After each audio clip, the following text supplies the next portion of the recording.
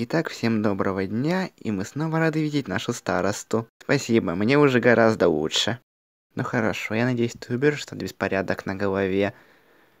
А так, начинаем урок.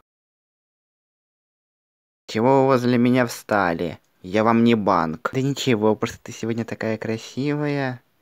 Лучше оставайся такой и всегда. Отстаньте от нее, непонятно, что вы ее раздражаете. Что ты сказала, малявка? А ты что, глухая?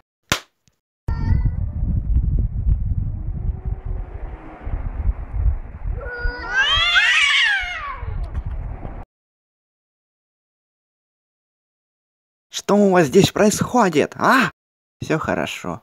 Просто отведите их к медсестре. Боже, какой стыд. Я уже второй год у них преподаю, они чуть друг друга не поубивали. Ладно, хорошо, что никто не пострадал.